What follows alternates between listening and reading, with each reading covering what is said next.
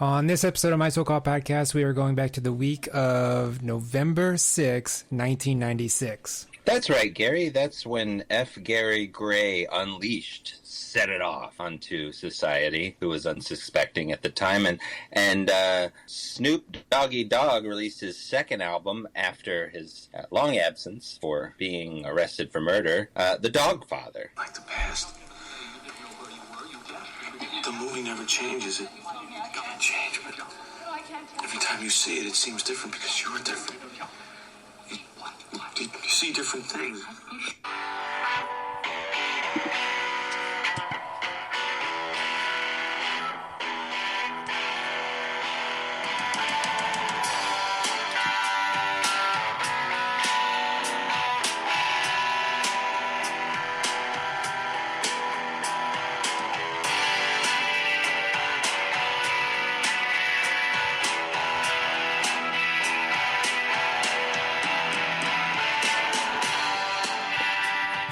Welcome to My So-Called Podcast. I am Gary Linton.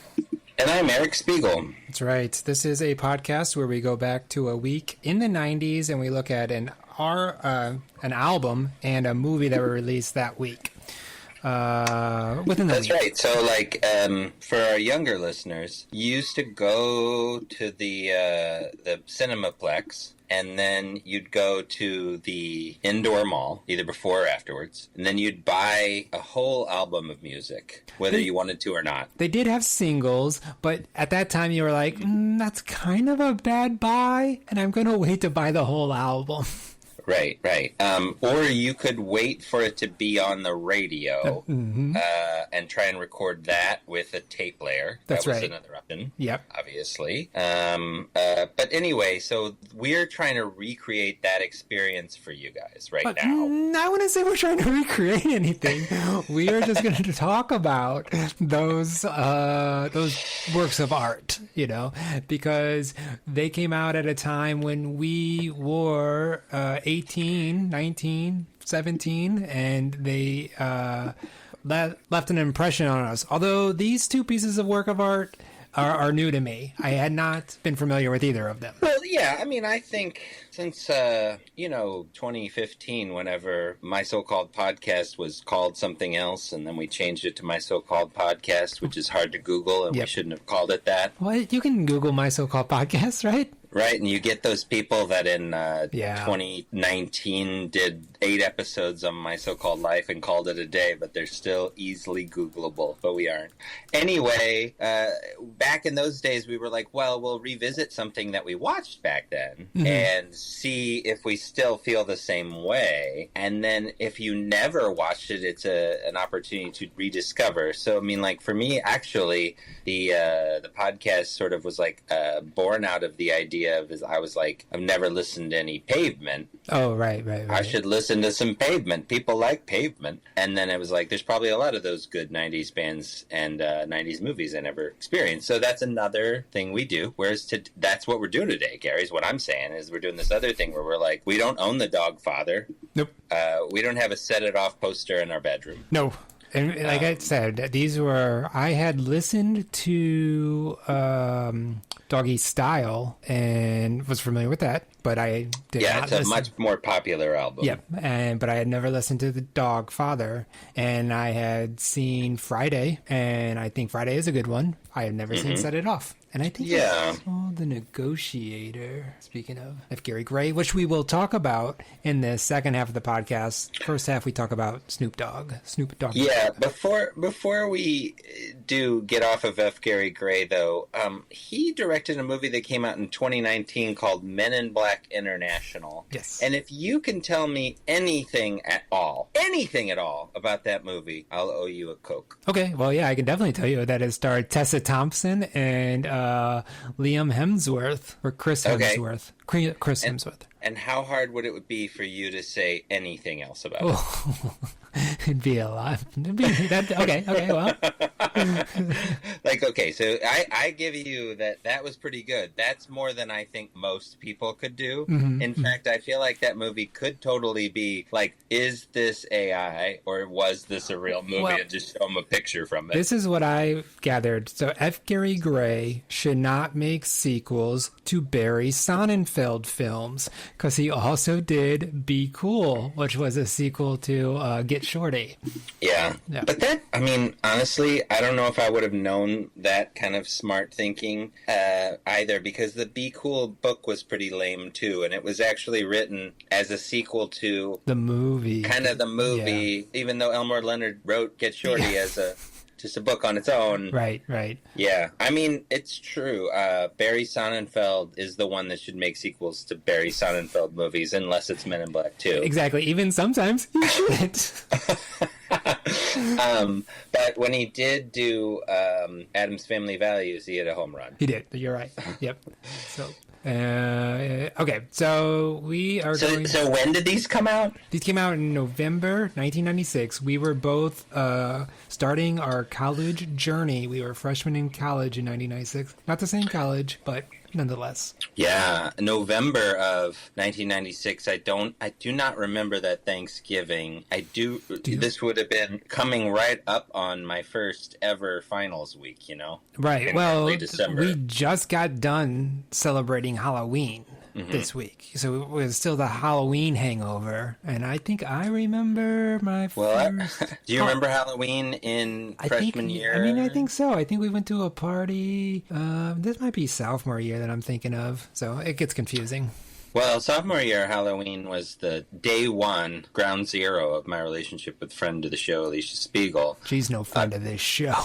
October 29th, we were total strangers. No, not so. We were friends, October 29th. But then, so I remember that Halloween. I have zero memory of this Halloween. I have no memory. You got so drunk. I remember, I'll tell you what I do remember because I got so super drunk in the dorms. Yeah. The En Vogue song, Don't You Wanna Be More Than Friends? That was your... It's in the, it'd be some heartbreaking love shaking. Now, so that was definitely on in the dining halls in college. Okay. So I think that may be the most popular, like, injection into mainstream culture from these two works of art is that En Vogue song, which I think was kind of a big hit. Yeah. And kind of interesting because, you know, if you buy the Set It Off soundtrack, which I didn't, but I'm sure some people did, you got a lot of hip-hop on there, but En Vogue is this sort of high-gloss pop R&B, which is not hip-hop at all. And I feel like that's actually kind of pertinent if you talk about the different influences of this movie. But anyway, I do remember that. The fall of being at college to begin with, I think it was mostly just trying to make sure that I passed my classes. I'm not sure. Like, I didn't do... Like, I had a friend that lived next to me in the dorms, and we watched his VHS collection of Indiana Jones, because there were 3 movies, and so that's a lot of content. That's right. I'm trying to think of something less dorky, but I can't. Nope. I think I tried out for a play, did not get into it. Oh, really? Wow.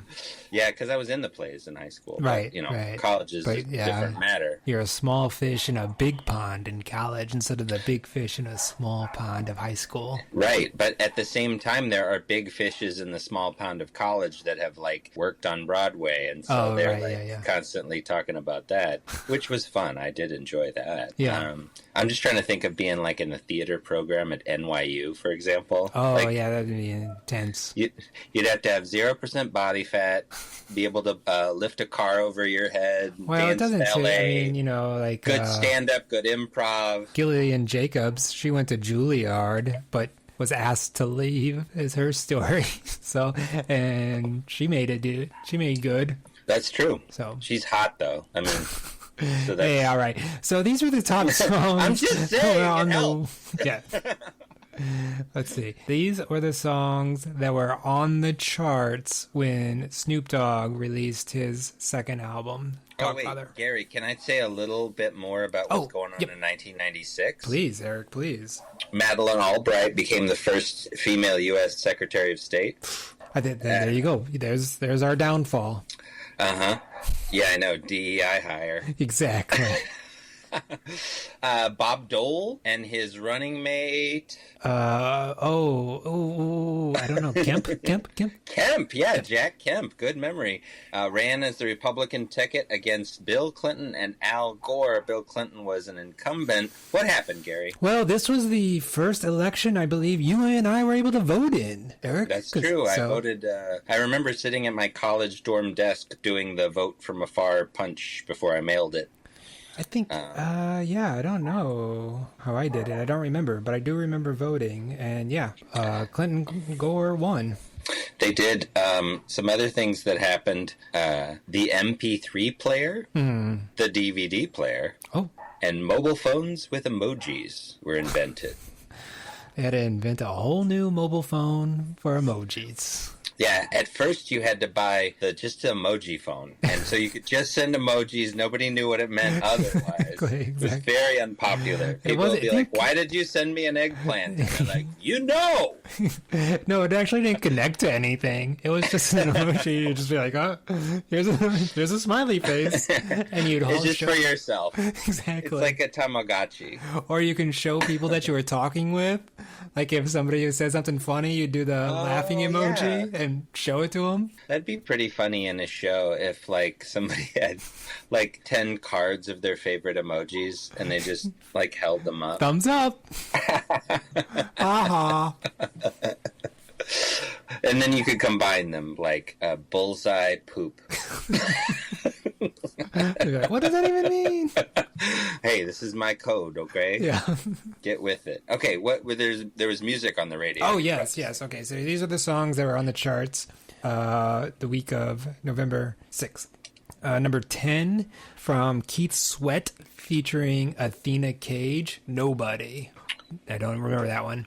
Number 9, though, Keith Sweat again with Twisted. This guy's... Wait, should we maybe do a Keith Sweat episode? Because I feel like it's a real blind spot in the My So-Called universe. I mean, I'm familiar with the name. I definitely knew he existed. But if you were to tell me what either of these songs, I don't know. Okay, Twisted goes like this. Can you hear it? Yep.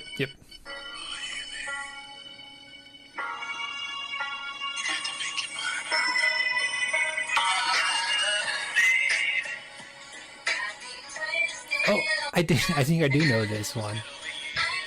So. It makes me feel like you're dragging a gold necklace right down Jada Pinkett's butt crack. That's right. I'm just describing something that happened in the latest movie that we watched for this podcast, to be continued in the second half. That's right. Number 8, Where Do You Go from the band No Mercy. Where do you go? Okay. Oh, yep. I think that's the way that goes. Number 7, Where do you go? Mouth by Meryl Bainbridge. Okay, it goes like ding ding ding ding ding ding ding ding ding ding ding ding ding. Oh, yeah. Yep.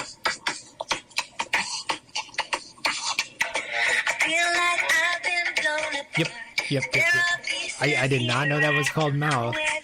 Good call, Eric. It's when I kiss your mouth, I want to taste it. That's right. Yeah. Would it be so bad if I could turn you on? Number 6. Gary, would it be so bad? No, not so bad. I mean, it's bad. But so bad? No. This is For the Lover in You. This is number 6. This is For the Lover in You, Babyface, featuring LL Cool J, H. Hewitt, Jay Watley, and Jay Daniels. Okay, what?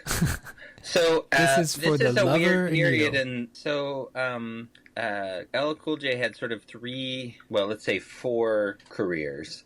He had his original hip-hop career. Yep. And then he had the I'm a tough guy and mama said knock you out career. That's right. And then he had this, like, sexy rap portion of his career. Yeah, with Babyface. And then, this was not the biggest hit of that portion of his career, but then the final portion was, like, game show host and also on, like, propaganda shows on CBS and stuff like that. Well, and then he just came out with an album last year, too.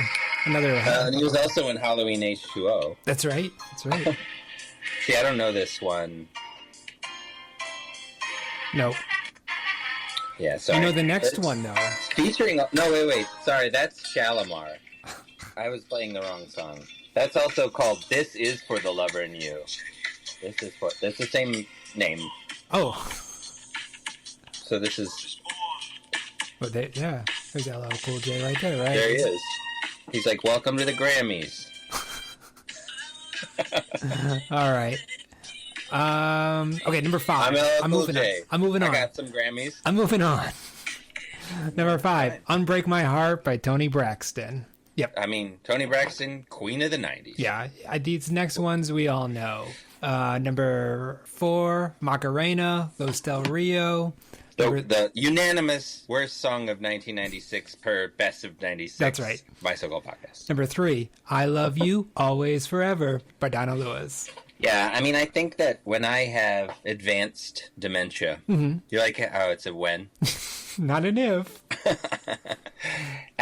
When I have advanced dementia, Bitch by Meredith Brooks, I Love You Always Forever, and Mouth by Meryl Bainbridge will be the same song for sure. Right. It's like a one-hit wonder that's like a little trashy. It's got some bad language. It's like a little sexual. Never had another song. They might be the same song, even now. Like, you're going to be demented and you're going to say they're the same song, and the people that are taking care of you are going to be like, I think he's right. This might be a moment of clarity that he's having. That's true. So... number 2, It's All Coming Back to Me Now from Celine Dion. Is that the one where it's like a Meatloaf video? I think so, yes. I think, that one does. There Were Nights of Endless Pleasure? Yes. And then the number 1 song, No Diggity from Blackstreet featuring Dr. Dre, which I guess that's what Dre was doing instead of producing Snoop's second album. Yeah, he was also in Set It Off. That's right. He was doing a lot of stuff instead of producing Snoop's second album. And it's an interesting dynamic there. I don't think it's between Snoop and Dre as much as Suge Knight being the issue. That's right. Yeah, it was that Dre left. What was it? Is it Murderers Row was the album, I think? Death Row. That's right. So Death Row Records. And... so that's why he didn't produce it, is because they had different producers, which we are about to talk about. Eric, Snoop Doggy Dogg's The Doggfather. Do you want to start off the conversation? Sure. I guess, Gary, first of all, to begin with, were you familiar with the Doggfather album before? Like, did you know these songs? No, there was one song that I was like, oh, I might know this one. But no, I'm going to say I did not know it enough if I was unsure. So, no. Right. So, I think it's pretty clear that most people view this as inferior to Doggy's style, a step down or whatever. But then at the same time, most people are like, but it's still pretty good. It's fine. That's essentially the vibe I got from it. I guess my either or is simple, man. If you're having a throwback 90s party and everybody's supposed to wear a big afro or whatnot, Yep. Would you put on the Doggfather for part of that party or no? I bet you I might find a song on the Doggfather that I would play, but I would not put on the album. And is this because in Set It Off, they're having a 70s throwback party. So we would have a 90s throwback party this day and age. Yeah, and we'd all dress like our favorite characters from either the Doggfather or Set It Off. That's right.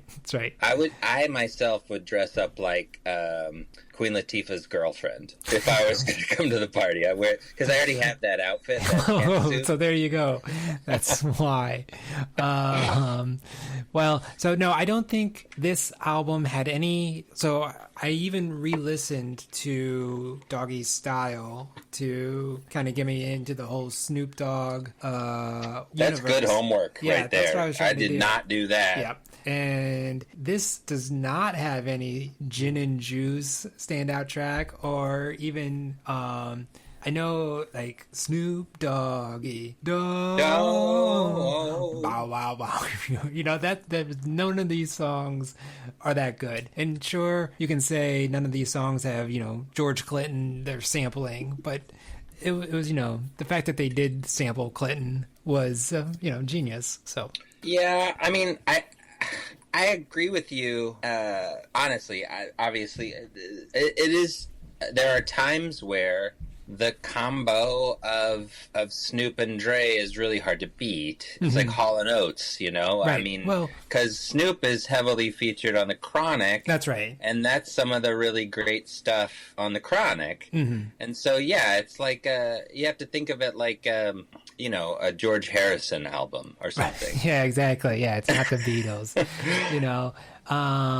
So, Eric, I was going to say, so according to the Wikipedia article, it said that Snoop wanted to present a more positive image in his lyrics, reflection of his you know, maturing as an artist, and so it was much less violent and controversial, but it's still pretty, you know, he talks about the hose, he talks about, so do you think... It's not less misogynistic, right? But it is okay. less about literally murdering people. And I think, I feel like there's less violence on this album. I guess so, yeah, which is probably because... As opposed to the album that actually beat it out in the marketplace, Tupac's The Don Killuminati, The 7 Day Theory, right? Which I think was posthumous. I think so, yeah. I think by 96, both Biggie and Tupac had thrown off this mortal coil. Right, So, and Suge Knight was just producing albums, and Puff Daddy was just producing albums. right. That's They're like, yeah, now that I've murdered this famous person, I'll get back to producing albums. they could do that. So the main criticism, the number one criticism with this album is a throwback for me. 21 tracks, Eric. So, 74 minutes, Gary. 74 minutes. Well, I kind of feel like that's why I mean, I think on the third listen through, I wasn't listening as closely to lyrics and the flow, the rapping. I mean, like, it's definitely Snoop Dogg. Yeah, and he's But got I a smooth... I do feel like you put on any one of these at your next 90s throwback party, and it's not like this isn't fun. Well, right. Yep. Yeah. I agree. Like, that's fun stuff. Like, back in the back, I do feel like I could just put this album on. People would have a lot of fun, but they'd be like, I don't know these songs. Well, right. That's right? true. Like, yep. like, it's not like their favorite. I don't like this term, gangster rap. Let's call it West Coast, South Central rap from the 90s, I guess. There you go. Yeah. But Snoop himself said people say gangster rap is over. Yeah, and I mean that's true. I mean, like if you know, I don't want to cross-pollinate too much, but I think if the ladies in Set It Off could be making money from any other thing, they would. And you start selling albums and whatnot, you're not going to wanting to be a part of violence anymore. Right, It's a portion. It's a part of not having advantages in society and having racial profiling, blah blah blah. That leads you to like, this is one way to take care of my family, which is the strength of the idea of the movie Set It Off. And I feel like, obviously we got Snoop Dogg in 2025. He's got Martha Stewart on one of his wine vintages. Right. And that's her. I wanted to say something about, like, can you believe T-Mobile's spokesperson said this back in 1996? Can you believe the guy that does the NHL 2023 commentary on the video game. Yeah. This in 1996. I mean, and it's true. I mean, sure. But I still feel like the only reason that he gets away with it these days is that he's old. And then it's like, it's kind of funny that he used to be this other person. Right. Well, I think so. It was surprising that this had taken 3 years for Snoop to come out with his second album, but the reason was, as I think you alluded to or mentioned, that he was on trial. It was murder. the murder. Yeah, I mean, like when you're on trial for murder, it's hard to sort of like get away and record get an into album. The studio. Yeah, exactly. Right. I mean, like people at the best of times have a hard time doing creative work. And so so it's understandable that it took him 3 years to make it. And he was acquitted, and I don't think there's been any other sort of... I kind of looked it up, that it's like there was... He, kind of flew straight and narrow afterwards, I don't know, and there... Who knows? Right. I mean, I was thinking about it, and back whenever I was in high school, the only adults that talked about rap at all was like my parents or some of the younger teachers at my school. Mm-hmm. But I, was in a pretty not urban area. Right. Yeah. And they were like, this murderer gets to have albums, essentially. Mm-hmm. It was the way they talked about him. And it was sort of shocking to be like, it is weird to think like and within the context of Tupac and Biggie both getting shot, even though they were super famous, like I think that was the thing that was very strange at the time, was the violence following them to superstardom. They weren't able to. You always thought, if you can make it, you're going to get away from the violence, but they didn't. The violence followed. Right. And they definitely had made it. Like Queen Latifah, she has those hydraulics, but that's right. And. Yeah. Although Queen Latifah looked radiant at the Grammys 2 weeks ago. So, or 1 week ago. Yeah. She's still hanging in there. And she wasn't ever as, gangster. Yeah, she's playing a character. Yeah, that's right. Even her hip hop was Love. What was her big hit? It was something about like Teach the World or something like that. It was. I mean, she definitely was a crossover artist. Yeah. Everybody liked Queen Latifah. I mean, Queen Latifah went on to be in like Unity. Unity was middle brow Steve Martin movies. Yeah, from like 2008. She's the reason that for the season. Levy, what's his name? Was his Levy? Eugene Levy said, "You got me straight tripping, boo," and we all laughed and laughed. We did, because white people trying to appropriate black culture, but failing to do it is actually funny. It's too funny. It's hard for me to tell the difference between the songs on this album. It does flow. I would say agree. that the production is clearly not as good, but I do not think it's bad. I think this is good party hip hop. Like, you put this on, honestly, everybody's having a good time. Yes. And some of the songs on it are like iconic adjacent. Yeah. Yeah, like there's the Snoop's Upside Your Head. That's right. Which I feel like it's not top tier, but like you got to put that on a greatest hits. Right, that's got to be on Snoop Essentials.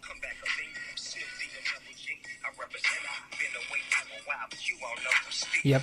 He's constantly telling us how many G's are in his name. That's right. Well, he does not want you to spell it wrong. Oh, the double G, of course. So, it's Here, we'll get to this. That's Snoop upside your head. It's not as layered. Like, you'd like for the production to have more to it a lot of the time, but what's there is pretty good. Like, I don't know. I don't think it's a bad album. If I would have spent my $15 on this 74 minutes, I would have felt like, thanks Snoop, you did a good job. Yeah, it's better than Bush's second album. The Doggfather. Better I think Razor Blade Suitcase came out like October 1996, so it's a time-wise comparison. Yeah, so Apple Music does like a artist essentials playlist, and Snoop's does not have anything from the Doggfather. For shame, Apple Music, for shame. There's nothing from the Doggfather, but I bet it's got stuff from Dr. Dre albums. It does, yeah. There's Ain't Nothing But a G Things on there. Yeah, that's not a Snoop Dogg song. Yeah, so if they would have limited themselves, they would have had to pick something. But I discredit this because Snoop's essential album is only the blue carpet treatment. It doesn't even have Doggy Style as their essential album. For shame. Exactly. Tisk tisk. Apple Music. Snoop Doggy Dogg, we don't need to give Snoop or Snoopy any more credit than he has had already, but he has run into a little bit of a controversy in the past month or two, having performed at one of the crypto balls at Donald Trump's inauguration. Well, he's got to get paid. No, I don't like it. I mean, I don't either. I feel like it's interesting. We were talking about, like, if you're rich enough, do you feel like you have to pay this gangster in order to still exist? And it's interesting that Snoop Dogg, if true, this could be big, Gary. If true, it's like, who's the gangster now? You know what I mean? Right. He's paying homage to the new G in town, Elon Musk. I don't know. Let's get back. You know what I thought was funny on this album, The Doggfather? There was one of the songs, the later songs. I forget which one, but it had like a vibe slap on it. And I was like, what is going on there? I guess they were just trying to expand what was going on. And you don't remember which song? Like, now I want to hear it. What is it? It had to be... I don't. I'm going to have to... I'll re-listen and I'll send it to you and afterwards. So yes, I'm in favor of that. I would like to hear all about it, but I don't know.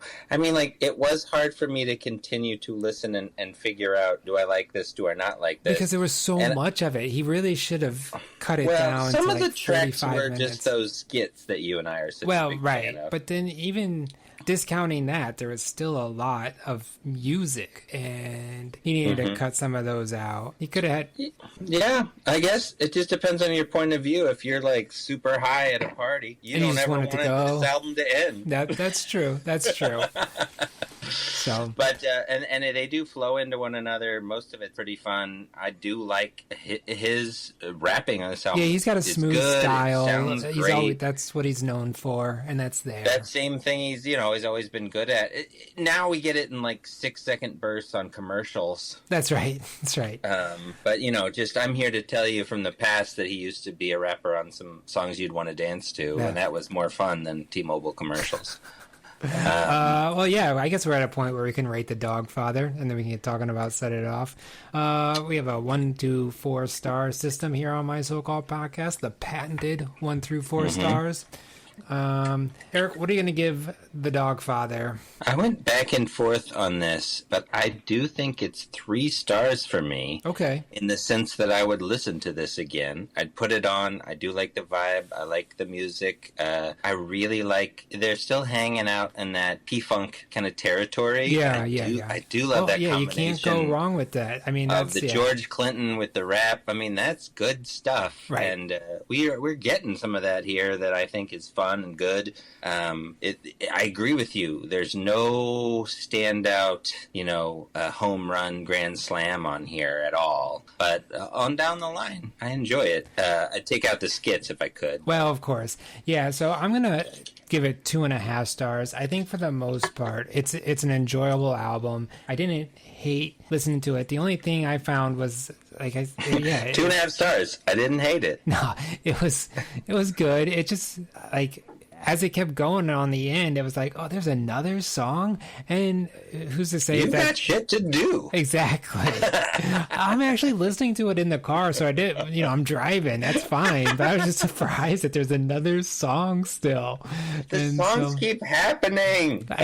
Maybe that is you had the right idea. It would be a good album to play. Put it on at a party. Just let it roll. You're good. But as you're okay, let me... You turn the lights down low. Yep. everybody puts on their velvet pantsuits. Yep.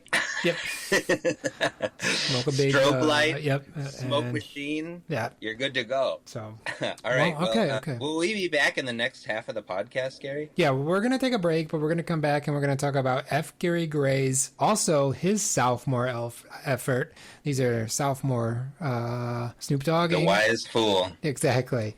Set It Off. We're going to talk about Set It Off.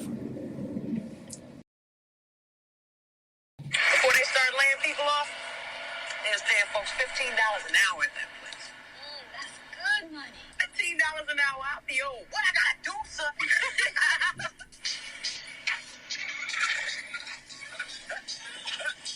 could just get out of here.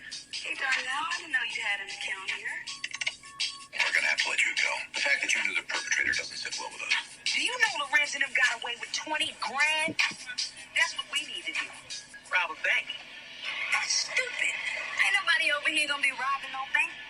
We gonna end up dead anyways. Maybe that's the way to go. I'm going for dog. We're just taken away from the system that's doing us all anyway. What if something goes wrong? What if somebody gets hurt? Let's do it. All right, check it out. Y'all can roll with that right there. We ain't robbing stagecoaches. I need something I can set it off with. I ain't feeling this, Frankie. This ain't right. Okay. They seem to know the inner workings of each bank. Their MO is in and out. Please do not be misled by the fact that these four bandits are female. Please do not be misled by the fact that these four bandits are female. John C. Gary. McGinley. I have. Welcome back to my mixed- so-called podcast. I'm Eric Spiegel. And I am Gary Linton. Two males. We decided to have this kind of a podcast where it's two white males talking about stuff. Yes, it's a little outside the norm. Right. It's like we just thought we would play with your expectations by having Gen X white men talk about culture. Right. But, we should mention, of course, that, we are celebrating. I know there's an executive order or something, but we're still celebrating Black History Month, and we talking about the works of Snoop Doggy Dogg and F. Gary Gray. I talked to my attorney, Gary, and it doesn't look like the executive orders apply to podcasts. So Oh, good. Oh, good. we're free to watch Set It Off as many times as we want. Owe you money for you talking to your lawyer regarding that? No, it's all pro bono work. He's just a really big fan of the show. Oh, good. But it was in 1996, Bill Clinton was president, and he had been just elected president. So you could be like, take a big sigh of relief, unless you were a young woman that knew him. Yes. And go to the movies, right, Gary? You could go see a lot of different things. I think so. I think you could see plenty of different things. Sometimes in one building, there'd be like 4 different movies showing, or 6 or 8. That's right. But sometimes there's only one, though. We don't get a lot of those anymore, but we had more of those back then. Those were good. Those were good times. Unless the movie playing was Dear God with Greg Kinnear. I saw Brain Candy, the kids in the hall, Brain Candy in a one theater. Yeah, that's our Twin Oaks, I think. Maybe that was Shady Oaks. Yep. Shady Oak is a really nice name for a movie theater. Right. Do you want to hear what movies you could go see instead of Set It Off this weekend? I do, yes. You go see Michael Collins. That's a Neil Jordan movie starring Liam Neeson, We Julia could do that Roberts, for next month. Sinead O'Connor. You go see Dear God, which I had just mentioned, and it's not like that would be terrible, but it just seems like it would have been, more successful on the Christian cinema circuit of like 10 years ago than mainstream theaters in 1996. Number 8 was The Ghost in the Darkness, which I think is like something about Michael Douglas in Africa and lions and hunting and it being kind of boring is really all I... Yeah. Larger Than Life. This is the pre-Bill Murray Renaissance, where he was just making stuff like this one about an elephant, I think. Oh, yeah, that's right. Yes. And then also he was in like The Spy Who Knew Too Little or whatever. And it was just it was a That's dark right. time for Murray. Yeah, that's right. It was post Groundhog Day years where Rushmore. No, Lost in Translation was before Rushmore, wasn't it? No. Rushmore is 94. I think Lost in Translation or 90. No, Rushmore's 98, and I think Lost in Translation is 99 or 2000. Okay. It was a 1-2 punch because Right. he's also the subject of romantic fixation in both of them, which is bizarre. Oh, yeah, yep. Anyway, that didn't happen in Larger Than Life. There was an elephant. And number 6 was out for 8 weeks, The First Wives Club, a big surprise hit. The 40th or the 50th time in a row that Hollywood was like, women like movies. We're shocked. We don't understand how this happened. That's right. Every time it happens, it's like a big shock. That's right. High School High was number 5. All I remember is John Lovitz with an afro. Oh, yeah. That's right. That's that one. But is it a parody? Or? I think so, yeah, of Dangerous Minds kind of movies. Lean on Me. Okay. And so it was good. Yeah, I don't know if it was good. Number 4, Sleepers. I think that's a Barry Barry Levinson. Different Barry. Yep. Sleepers, I saw in the theater. I thought it was good. Sleepers, that's Christian Slater, and does he like get his No. This is the one where it's like Brad Pitt and Jason Patrick and everybody is all grown up, but when they were kids they got abused by Kevin Bacon in juvenile detention. Oh, yeah. They lived in Hell's Kitchen. Yeah. Okay. It's not the kind of movie that gets made anymore. No, of course. No, there's a lot of movies that don't get made anymore. Like Set It Off doesn't get made after anymore. a prank goes disastrously wrong, a group of boys are sent to detention center where they're brutalized. 13 years later, an unexpected random encounter with the former guard gives them a chance for revenge. Bobby De Niro, Jason Patrick, Brad Pitt, Kevin Bacon, and Dustin Hoffman. Dustin Hoffman. He's famous. Yep, he is. 2.5 hour long crime drama that made $60 million at the box office. I thought it was pretty good. Yeah, okay. Number 3, Set It Off. That's right. It made $8.8 million in half the screens that Sleepers and the number 2 and number 1 movie were in. So it was New Line Cinema, not in as many theaters. It had a really decent per screen average, almost as much as the number 1 movie. Number 2 is the second weekend of Romeo plus Juliet, the Australian sensation. Yeah. Did you ever see Australia! Gary? No, I had not seen that one. I kind of feel like maybe I should. I feel like watching some lesser known Boz because he's sort of intriguing. I do not find him intriguing. What about Elvis? Did you see Elvis? I did see Elvis, and I did not care for it. Oh, you watched it. See, Yep. you've watched more Boz than I have then. So I might find him less intriguing after watching that. He's at least weird. Yes, he is weird. I like Romeo plus Juliet. What do you think of that? That one was, he had a strong script that he was working with. Right. Good writers. Yes. Good writers for him on that But one. he still had way too many edits in a movie. Yeah, interesting. Okay, number 1 is A Ransom. This is a Walt Disney Studios motion picture directed by Ron Howard, starring Mel Gibson, where he was, this is a movie about an alpha male, be an alpha male, every caution be damned. That's right. You don't mess with them. Yeah, don't, you mess with the bull, you get the horns, the movie. That's right.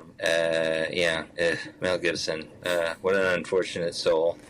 Yeah, it's because he's made some very enjoyable movies early on, and it's shame. True. Yeah, I do enjoy some of his earlier works. Yep.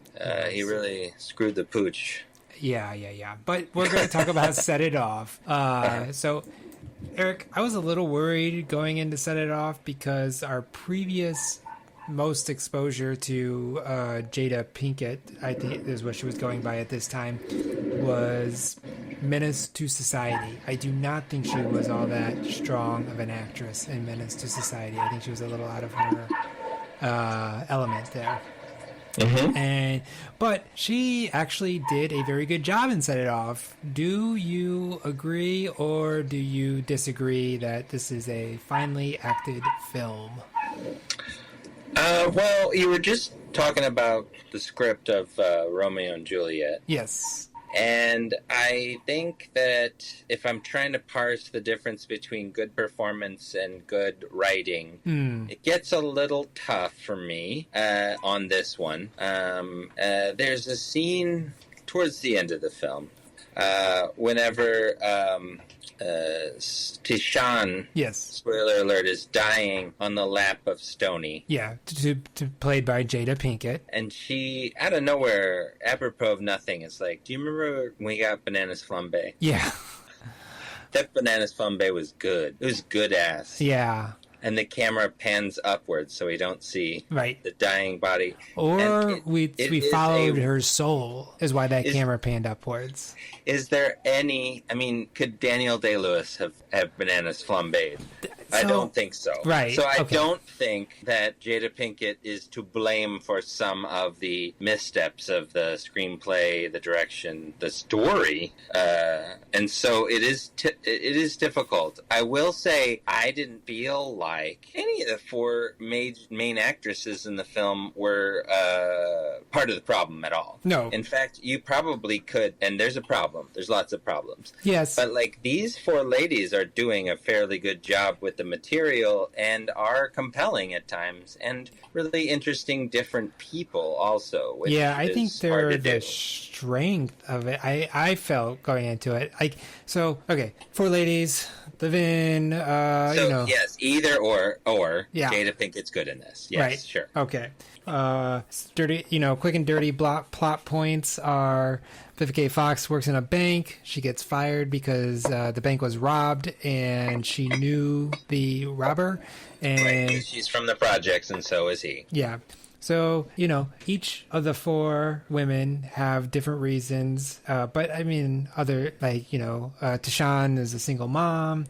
Stoney, played by Jada Pinkett, is trying to get her brother to college. Vivica Fox is mad that she was fired, Frankie. And then Cleo, Queen Latifah, she's just mad at the world.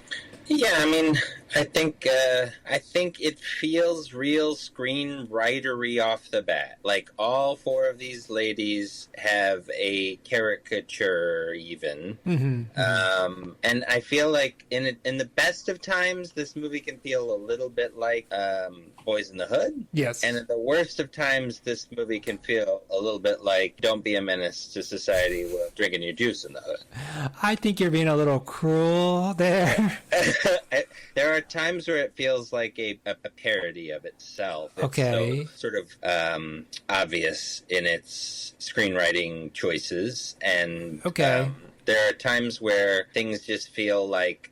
what are some of the... I mean, we can talk... What are some of the obvious things that you felt were just like you didn't like?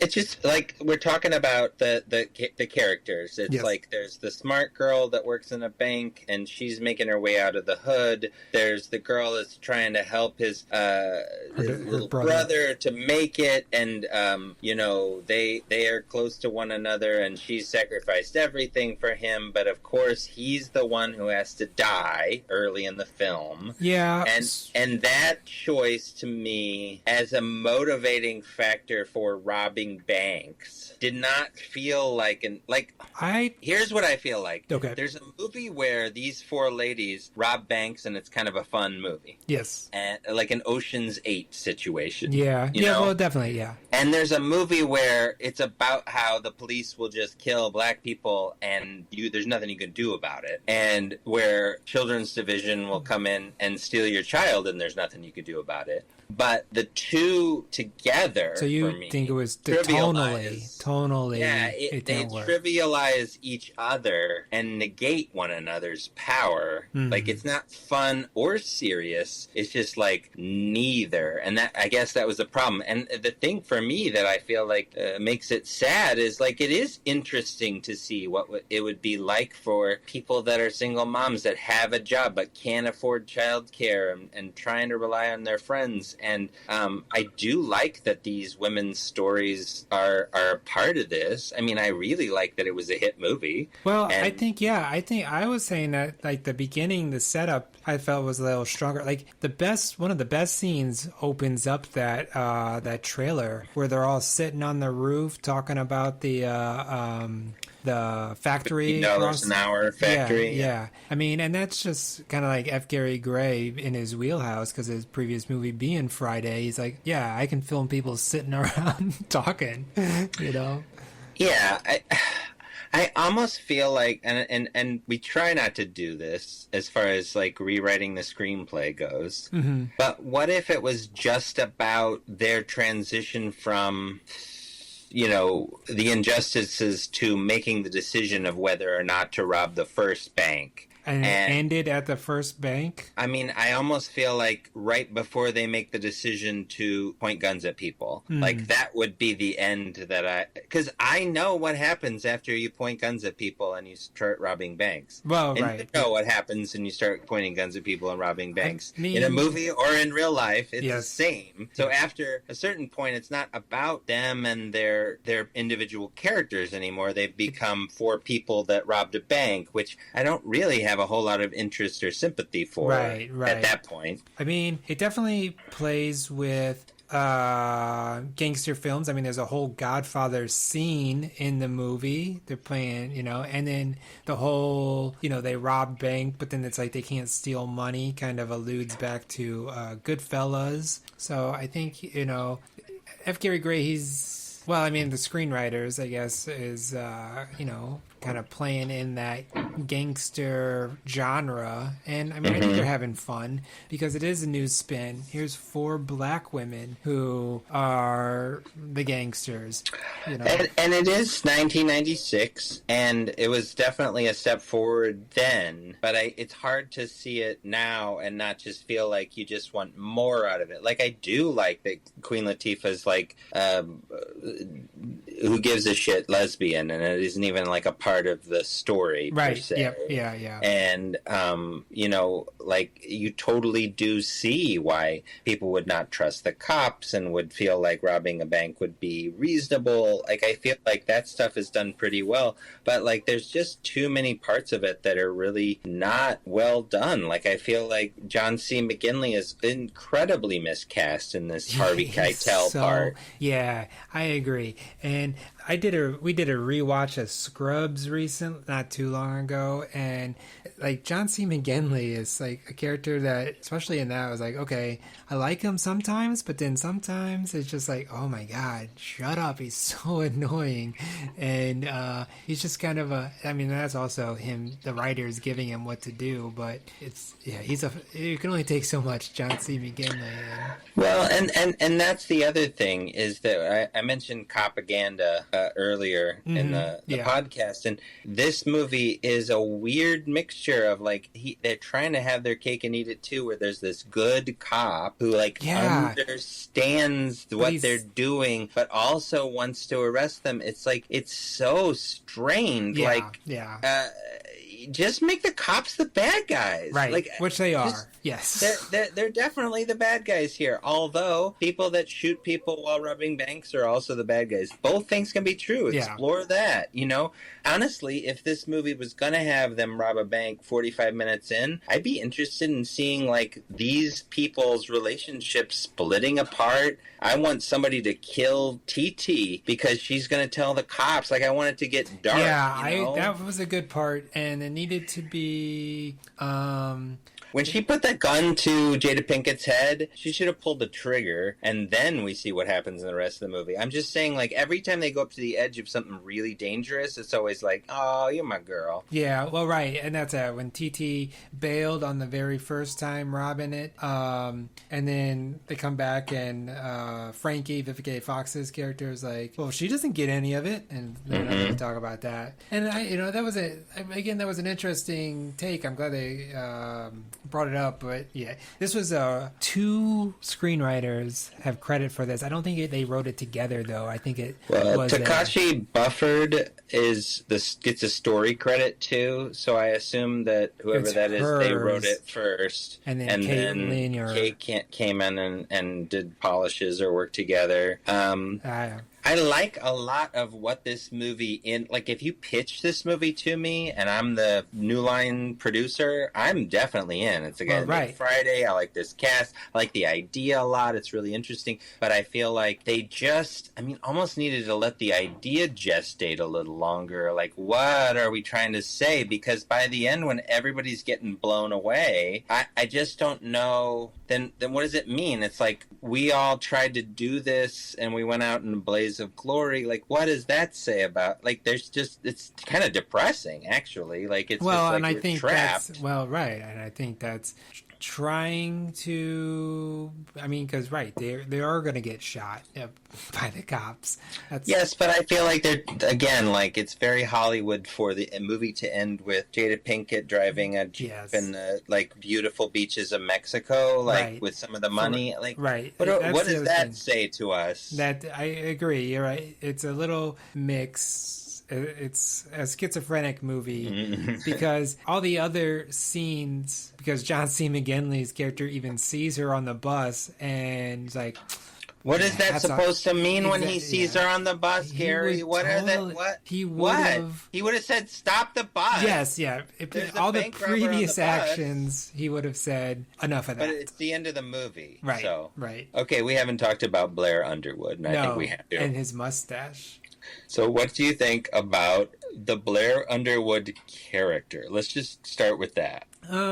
He's fine, I guess, because I think they had to have that. He's like the bimbo character. That's right. He's a bank employee, a banker for a bank that they're casing, and he sees Jada Pinkett's character, and he's so smitten he has to come and talk to her and try to sweep her off her feet and take her out of the ghetto, and gives her the pretty woman life. They go by. Yeah, that scene where she shows up in a really interesting, colorful pantsuit, and he makes her go to the designer to wear a boring black dress. That was really depressing to me. Well, but they set it up to where she wasn't happy with the outfit either. Well, she looked great in that outfit. She did. It was more fun. She was she said something under her breath about I told Frankie I looked like and so I needed more than that, I guess. Yeah. I needed her to be I hate the way I look in this. I wish I could afford. I needed more setup. Because it just looks like Kanye West making his wife take off her clothes on the Grammys. But it wasn't. It wasn't. It was supposed to be a mutual. He's doing something nice for her, and she's happy. She wasn't too thrilled with the dress. She didn't say yes to the dress. No. But I mean, there's a lot of things that you could zero in on. Vivica, I don't think is a very good actress. Yeah, she's... And is she wearing a wig? Oh, probably. What's going on with her hair? It's just it doesn't look like hair. Yeah, well, she was in Independence Day a few months earlier, right? That's right. And yeah, she actually read somewhere that she got the script and was talking to Will Smith about it, and he was like, "Yeah, you're gonna kill it. You got this." So, and then he hauled off and smacked her to just drive that point home. Exactly. That's right. Well, no, it's not to drive the point home. She said, "I'm going to be in this with Jada." That's and get my future wife's. So that's what he said, right? That's right. Oh, goodness. Wow. So, come on, Will. Yeah. So he did, speaking of the Grammys, he did this thing where it was he was introducing all the nostalgic stuff at the Grammys about... the Grannies. That's where you get my grandma won 3 Grannies. About Quincy Jones. Yeah. And it was full game show host mode. Like, I am the nicest guy. Oh, right. Yeah, because I saw that where he was talking about, like, well, Quincy produced Fresh Prince, and he told me about the food and whose name's on the... So, yeah. And he was like,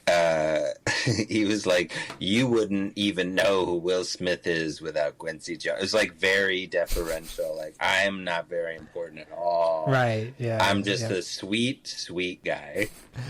Hey, America, I'm not going to slap you. You're not Chris Rock. There's much worse famous people. That's right. So, and it's like, haven't we all wanted to slap Chris Rock once? Come on. I just had the balls to do it. So. I mean, I could think of people I want to slap more, I guess. Well, sure. We're getting off track because it's not a good movie. It's a bad movie. It was... I'm a little kinder to it. I think it's a fine movie. Okay. Because I mean, it's got some real greatness in its aspirations and some real like amateur hour. Well, shit. right. I mentioned that Godfather scene, and that should not have been in there. That was a bad choice. I had just wiped it entirely from my memory. It's kind of like where Vivica's got the grapes in her jaw. Yeah. Oh my God! And when they cut to Jada Pinkett in that scene, it looks like she's like, "Don't include this." Exactly. Like, it's like I'm here. I'm a team player, but this is not. This is should a not be a part bad of the choice. movie. This is a bad choice, and we're all being bad in it. I feel like, but the thing is like it was already kind of off the rails at that point. Well, because it gets so unfocused as it goes along. It gets more expensive and less focused as the movie goes along.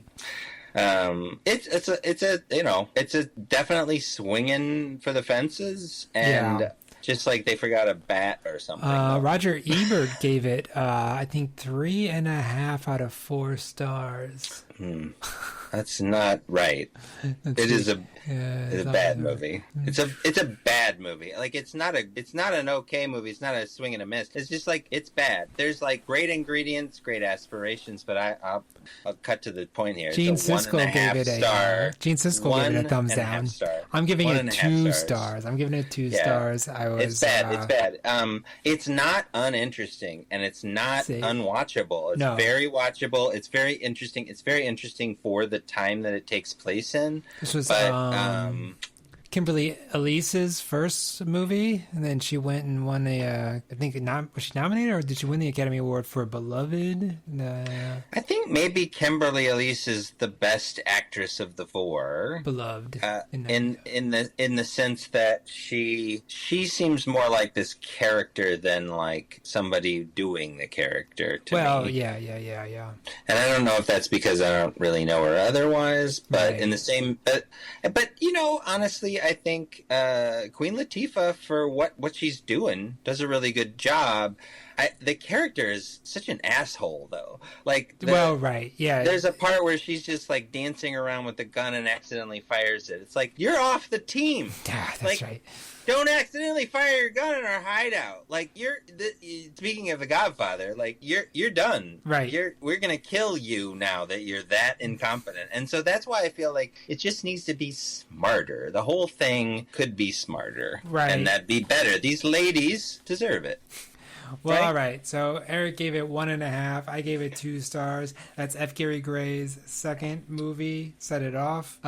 He makes The Italian Job by F. Gary Gray is an enjoyable one. Never watched it. It's fun. I remember. I've seen The Negotiator. Yeah. What's A Man Apart? That's also.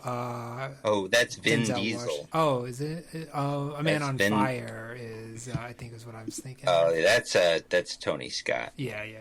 Law Abiding Citizen was actually a hit movie.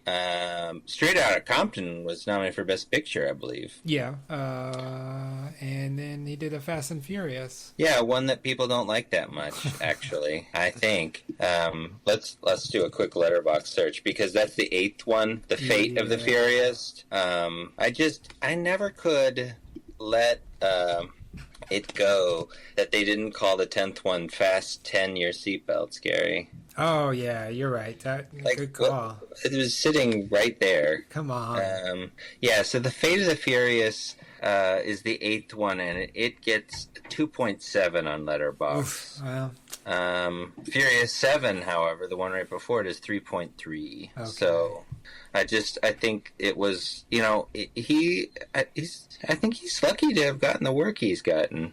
he was a movie or a music director before, another music director. He did Ice Cube's Thought It Was a Good Day, or no, not Thought It Was a Good Day, but It Was a Good Day. And that's from Friday, right? I don't think that song's from Friday. I think that was Before. Yeah. Well, yeah. I mean, so it does look good, I guess. It looks very 90s expensive. There's this scene where all of the cops in Los Angeles seem to leave from the roof of this parking garage at night, and there's even a helicopter taking off from that same parking garage, which, if you don't think about it too hard, it looks really cool. Yeah, and that was a pretty good chase scene, that whole helicopter chasing the car. It was? And then, yeah. I'm not sure about that, Gary. No, so. I think it was a foregone conclusion, which makes it hard to create suspense. Oh, sure. Like, Film from the wise, time... though. Yeah. I mean, I like downtown LA as much as the next guy. Sure. And I like downtown LA at night from a helicopter with expensive, Right. cinematography. It looks great. I mean, all that stuff is fine. It's just in search of a better screenplay. Right. So, thanks for hanging out in 1996 with me, Gary. Yep. Thanks for the listener for listening. We have been My So-Called Podcast, and we will be back.